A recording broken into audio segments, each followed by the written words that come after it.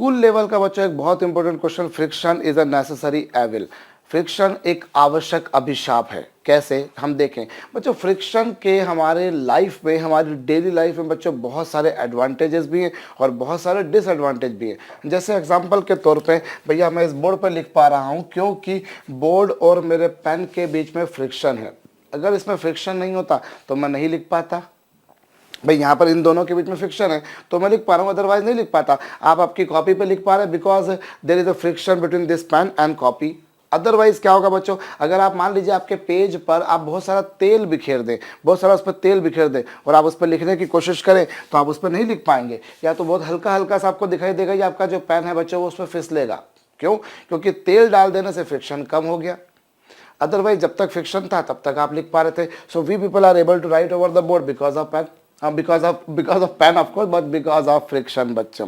और इसके बाद में बच्चों हम अगर कुछ खाना खाते हैं तो तो हमारे खाने के और हमारे दांतों के बीच में फ्रिक्शन होता है बच्चों। फ्रिक्शन होता है जिससे वो अलग छोटे छोटे पीसेस में ब्रेक होता है और हम उसे खा पाते हैं। हम सड़क पर चलते हैं बिकॉज ऑफ फ्रिक्शन। अगर सड़क पर फ्रिक्शन नहीं तो हम चल नहीं पाएंगे। भाई अगर सड़क पर मैं पानी बिखेर दूँ तो तेल बिखेर दूँ तो हम फिसल जाएंगे।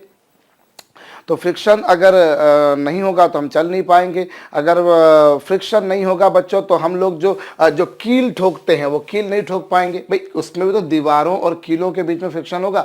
तो फ्रिक्शन तो बच्चों ऐसा है कि बहुत सारी जगह पर ज़रूरत है, पर बहुत सारी जगहों पर फ्रिक्शन नुकसान का भी साबित होता है। जैसे मेनली अगर हम बात करें किसी मशीन की बात बच्चों, जैसे मोटर और स्टेटर के बारे में बात करें तो उसमें क्या होता है, जब कभी कभी भी दो बॉडी के दो पार्ट्स जब एक दूसरे के अगेंस्ट चलते हैं तो उनके बीच में फ्रिक्शन आता है और फ्रिक्शन के कारण वो घिसते हैं जिससे उनकी लाइफ कम होती है।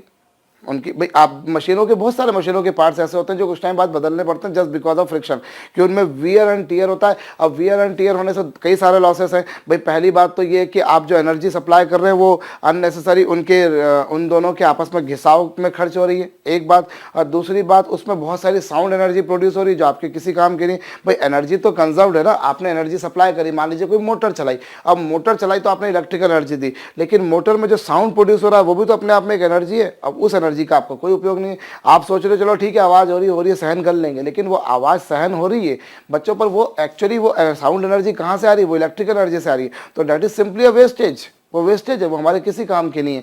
इसी तरीके से जब वो घिस रहे हैं तो वियर एंड टियर के कारण उनकी लाइफ खर्च हो रही है और उस वियर एंड टियर के अगेंस्ट भी आपको कुछ ना कुछ वर्क करना पड़ रहा है, तो वो भी आपका एक लॉस है। तो फ्रिक्शन के बच्चों कई सारे एडवांटेजेस हैं लेकिन उसके कई सारे डिसएडवांटेजेस भी हैं और आप उसके बगैर भी नहीं रह सकते और बहुत हद तक उसके साथ भी नहीं रह सकते। भाई मैं इस कागज पे इस बोर्ड पे लिख पा रहा हूँ बिकॉज ऑफ पेन, अब बिकॉज ऑफ फ्रिक्शन। लेकिन बच्चों अगर मैं इसकी जगह एक बहुत ही रफ सरफेस ले लूँ, अगर मान लीजिए मैं किसी वॉल पे लिखने जाऊँगा तो मैं उतने अच्छे से लिख पाऊंगा क्योंकि वहाँ तो फ्रिक्शन की हद ही हो जाएगी।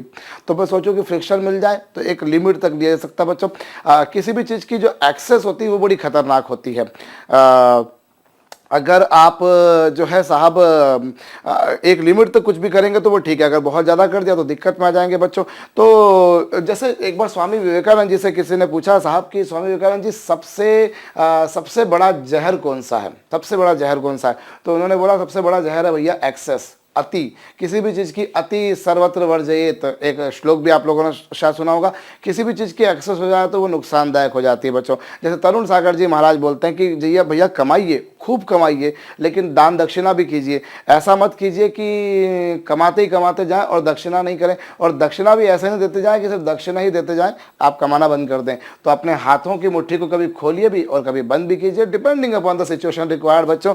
अभी हम यहाँ पर वापस से आते हैं। तो फ्रिक्शन के एडवांटेजेस हैं बच्चों, हम लिख पा रहे हैं, खा पा रहे हैं, कील ठोक पा रहे हैं, चल पा रहे हैं, गाड़ी चला पा रहे हैं बिकॉज ऑफ फ्रिक्शन। अगर ये नहीं होता बच्चों तो हम ये सब काम नहीं कर पाते, फ्रिक्शन नहीं होता तो शायद हम होते नहीं। लेकिन बच्चों अगर फ्रिक्शन के एडवांटेजेस तो डिसएडवांटेजेस, जैसे मैंने बताया कि भाई बहुत सारी हीट एनर्जी प्रोड्यूस हो रही है जब वियर एंड टियर हो रहा है, साउंड एनर्जी प्रोड्यूस हो रही है, मशीनों के कल पुर्जे हमारे घिस रहे हैं और हमारी जो पावर या हमारी एनर्जी है जो बच्चों वो किसी ऐसे अवांछनीय रूप में जा रही है, अनडिजायरेबल फॉर्म में जा रही है, जो मेरे लिए किसी काम की नहीं है। सो ये बच्चों इसके कुछ एक डिसएडवांटेजेस हैं। इसलिए कई जगह पे क्या होता है, फ्रिक्शन को आपको कम करना पड़ता है, कई जगह पे आपको बढ़ाना पड़ता है। जब वियर एंड टियर हो रहा है मशीनों का, आपको भी घुमाना तो है, ये आपकी मजबूरी है। आपको मोटर हो, जनरेटर हो, उसमें आपको रोटर को, कॉइल को घुमाना, ये आपकी मजबूरी है। लेकिन कुछ ऐसा करें ना कि जब ये घूमे तो इनमें आपस में टक्कर जब हो तो कम से कम हो। तो उसके लिए क्या करते हैं बच्चों, हम लुब्रिकेंट यूज़ कर लेते हैं, ग्रीस लगा देते हैं, ऑयल यूज़ कर लेते हैं, वार्निश यूज़ कर लेते हैं,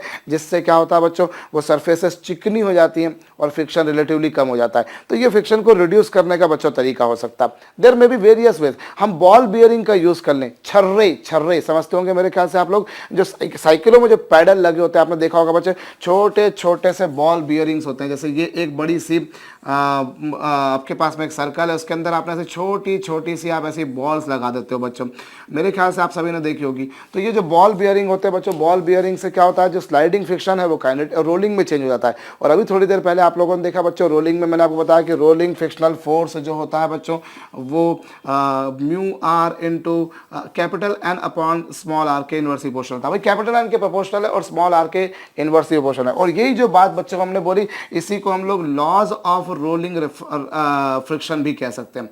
इसे हम लॉज ऑफ रोलिंग फ्रिक्शन भी कह सकते हैं। तो एनीवेज, तो इससे क्या हो रहा है बच्चों, अगर आपने स्लाइडिंग फ्रिक्शनल फोर्स को रोलिंग में चेंज कर दिया तब भी फ्रिक्शनल फोर्स कम हो जाएगा।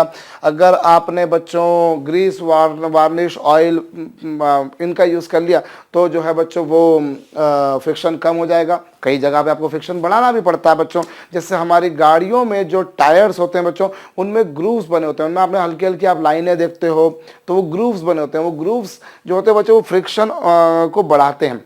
अगर आप जो है गाड़ी चलाएं, साइकिल चलाएं, कुछ टाइम बाद उसका टायर जो होता है बच्चों, हम बोलते हैं बिल्कुल गंजा हो गया है। हमारी भाषा में हम यहाँ तो भैया उसको ऐसा ही बोलते हैं कि गंजा हो गया है, मतलब बिल्कुल वो ग्रूव जो है वो खत्म हो जाते हैं। तो उसके बाद टायर चेंज करना पड़ता है। अगर बिल्कुल चिकना हो गया तो बोले बोले अब तो बढ़िया बेहतरीन मजा आएगा, अब तो चिकना, अब तो फ्रिक्शन आएगा ही नहीं। पर बच्चों, गाड़ी को सड़क से पकड़ बनाने के लिए भी तो फ्रिक्शन चाहिए। आप उसको पूरी तरह से नकार भी नहीं सकते और पूरी तरह से उसको अपने ऊपर हावी भी नहीं कर सकते कि बहुत ही रफ कर दो या बहुत ही स्मूथ कर दो, समवट इंटरमीडिएट बच्चों। इसीलिए फ्रिक्शन जो होता है वो कई जगह पर जरूरत भी पड़ती है, कई जगह पर उसकी जरूरत नहीं भी पड़ती है। देयर आर सम वेज जहां पे आपको फ्रिक्शन बढ़ाना पड़ता है, कुछ ऐसी जगह होती है जहां पे फ्रिक्शन को कम करना पड़ता है। इसीलिए हम बोलते हैं बच्चों, जो फ्रिक्शन है वो नेसेसरी एविल है। मैंने कुछ ऐसे एडवांटेज और डिसएडवांटेज बताए बच्चों जो बड़े कॉमन है, हो सकता है आपको बुक्स में और भी मिल जाए। मुद्दे की बात क्या है कि वो है या नहीं और क्यों है क्यों नहीं, ये हमें मालूम होना चाहिए।